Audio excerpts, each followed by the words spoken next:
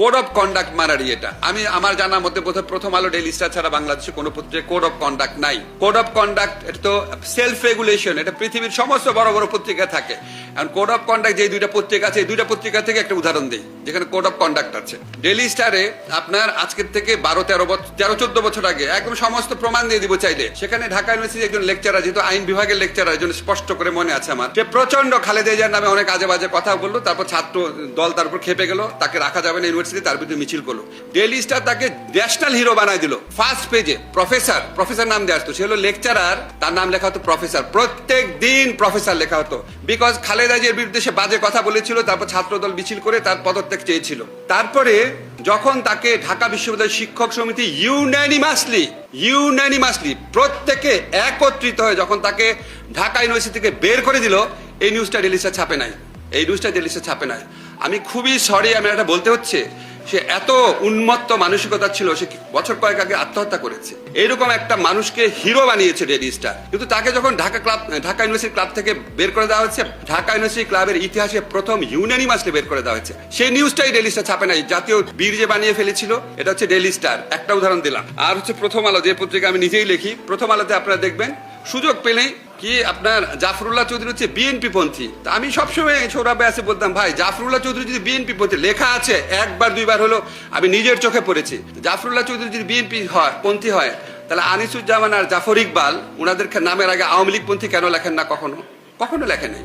তো এরকম ইনবিল্ড এক ধরনের পার্সিয়ালিটি যদি থাকে, তখন আপনাদের প্রতি মানুষের রেসপেক্ট আসবে না, মনে হবে আপনারাও তো একটা পার্টি জানার অংশ।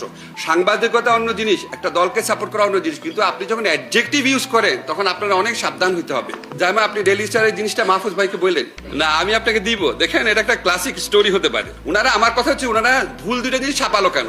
এক হচ্ছে লেকচারারকে প্রফেসর বানায় ফার্স্ট পেজে নিউজ করলো, তাকে যখন বের করে দেওয়া হয়েছে পুরো নিউজটা গায়েব করে দিল কেন?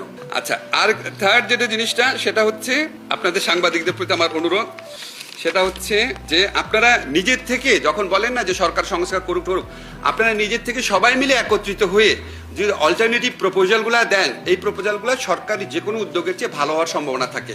সেই উদ্যোগটা আশা করি গ্রহণ করবেন। আমি আমার কথা শেষ করছি, শুধু একটা কথা আপনাদের বলি, আমাদের এই ইন্টারিম গভর্নমেন্টে অনেক দুর্বলতা আছে, কিন্তু আমরা সত্যি সত্যি সত্যি সেবকের মতো, বাংলাদেশের সংবিধানে আছে সরকারে যারা থাকে তারা জনগণের সেবকের মতোই কাজ করার চেষ্টা করি।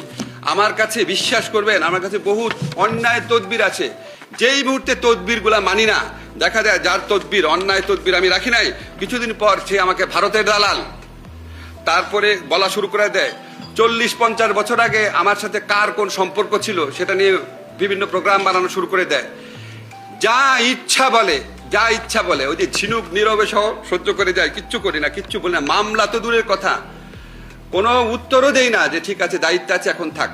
তো আমাদের কাছে মনে হয়, আমার পার্সোনাল ফিলিংস হচ্ছে যে আমি জীবনে কখনো এত শক্তিহীন, দুর্বল এবং অবরুদ্ধ ফিল করি নাই সরকারে জয়েন করে। আমি যেটা ফিল করছি এই সমালোচনার ক্ষেত্রে আমি বলছি, সোশ্যাল মিডিয়া, মেইন স্ট্রিম মিডিয়াতে না।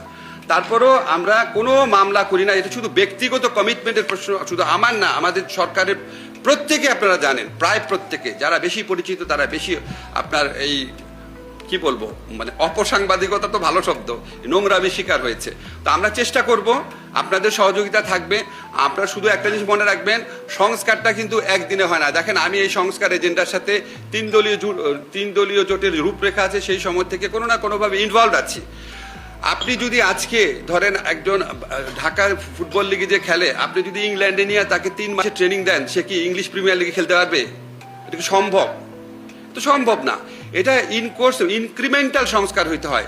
তা আপনারা যখন সংস্কার প্রস্তাব দেবেন, আমি এটা দেখেছি, তা আমিও যখন আপনার সরকারের বাইরে ছিলাম, আমার মনে হতো অনেক কিছু একবারে চাই। আপনি যদি ইনক্রিমেন্টাল একটা প্রপোজাল দেন, প্রথম 3 বছর এটা করেন, 5 বছর এটা করেন, 10 বছর এটা করেন, আপনাদের পক্ষ থেকে যদি এই দাবিগুলো আসে, প্রস্তাবগুলো আসে, আমাদের সবার জন্য একসাথে কাজ করা খুব সুবিধাজনক হয়। ধন্যবাদ সবাইকে। কোনো এক্সেস করে থাকলে ক্ষমা করবেন।